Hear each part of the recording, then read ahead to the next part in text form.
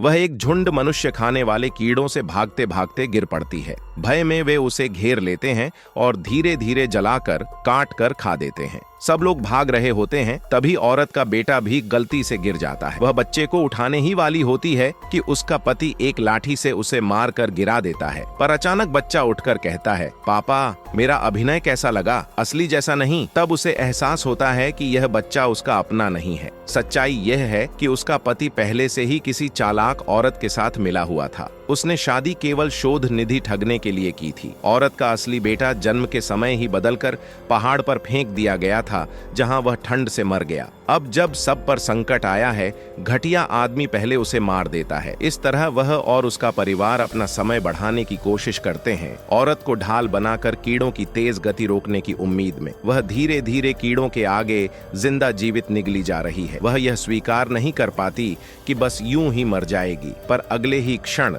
वह अचानक 2 दिन पहले फिर से जीवित पाती है। वह पुनर्जन्म कर चुकी है। सामने खड़ा नकली बेटा देखकर वह पिछली जिंदगी की सारी बातें याद कर लेती है। क्रोध में वह बच्चे को धक्का दे देती है। उसी समय नई चालाक औरत और उसका पति आकर उसे डांटते हैं, पर पिछली जिंदगी के दृश्य उसकी आंखों के सामने जीवंत होते हैं। तभी समाचार आता है कि जंगल में अचानक आग लग गई है और कई पेड़ जल गए हैं। पिछली बार भी उसने वही समाचार देखा था। उसके ससुर पहले ही कह चुके थे कि वे कीड़े खोजने जाएंगे। वह रिसर्च बेस से बाहर भागता है और सामने की सब परिचित चीजें देखकर उसे यकीन हो आता है कि यह कोई सपना नहीं, बल्कि वह सचमुच फिर से जी उठी है। सास ससुर की योजना वही कीड़ों को पकड़कर प्रयोग करना है। औरत चाहती है कि वे अभी उसी वक्त मरे, पर चूंकि पहाड़ में आग लगी हुई है और सड़क पेड़ों से अवरुद्ध है, अगर वे मदद न करें तो खुद निकल पाना भी मुश्किल होगा। इसलिए वह उनसे कहती है कि यहाँ मनुष्य खाने वाले कीड़े हैं और तुरंत चले जाना चाहिए। दादी इसे नामुमकिन बताती है। इतने बड़े कीड़े इंसान कैसे खा सकते हैं? पति कहता है कि वह देश का एक शीर्ष कीट विशेषज्ञ है। माता पिता कीट विज्ञान के प्रोफेसर हैं। उन्हें इस तरह के कीड़ों का पता न हो, यह कैसे हो सकता है? चालाक औरत कहती है कि वह पिछले कुछ दिनों से बहुत थका हुआ है,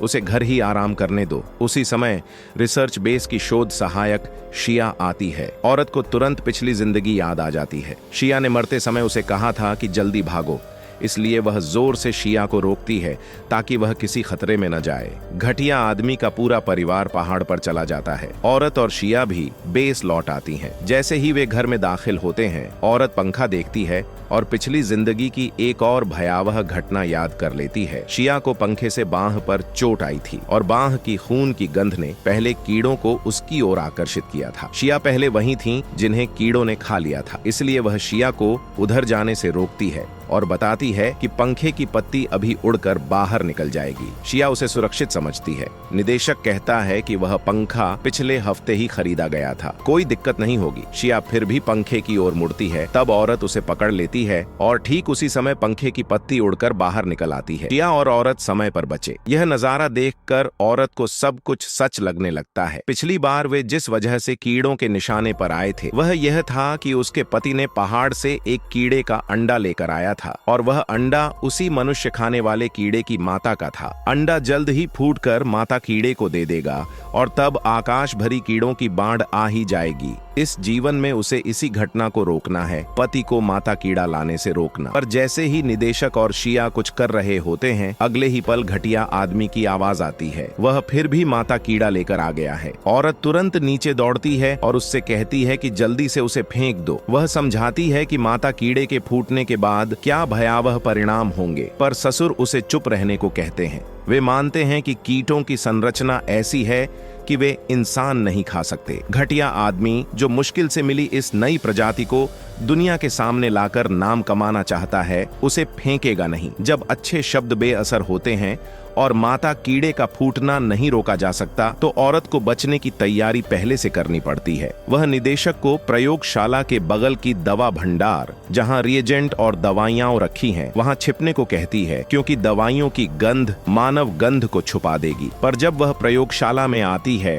वह देखती है कि घटिया आदमी तेज रोशनी से माता कीड़े को उत्तेजित कर रहा है ताकि उसकी इंक्यूबेशन जल्दी पूरी हो। पिछली जिंदगी में अंडा फूटने के 10 मिनट के भीतर माता कीड़ा बाहर आ गया था, इसलिए उन्हें समय नहीं गंवाना था। औरत तुरंत दवा घर में दौड़ती है क्योंकि ये कीड़े मुख्यतः सूंघ कर शिकार ढूंढते हैं। उसने जौ और अन्य जड़ी बूटियां और कीट निरोधक पानी तैयार कर रखा है, बस वे दवा घर में छिपे रहें और बाहर न जाएं तो कीड़े उन्हें नहीं पाएंगे। इस बीच ससुर अभी भी अपने पुराने किस्से गुनगुना रहे होते हैं कि उन्होंने कितने कीड़े चखे हैं, वे कितने स्वादिष्ट थे। वे कहते हैं कि अगर सच में मनुष्य खाने वाले कीड़े आएंगे तो वे जितने आए खा लेंगे। बस 1 मिनट बाकी है, कीड़े आने वाले हैं और माता कीड़ा फूटने ही वाली है। सास कहती है कि जब उनका शोध रिपोर्ट दुनिया को झकझोर देगा तब देखना बहू कैसे घुटनों पर आकर उनसे भीख मांगेगी। औरत दवा घर की शीशी से यह सब सुनती है और सोचती है, मैं देखती हूँ क्या वे उस समय तक जिंदा रह पाएंगे।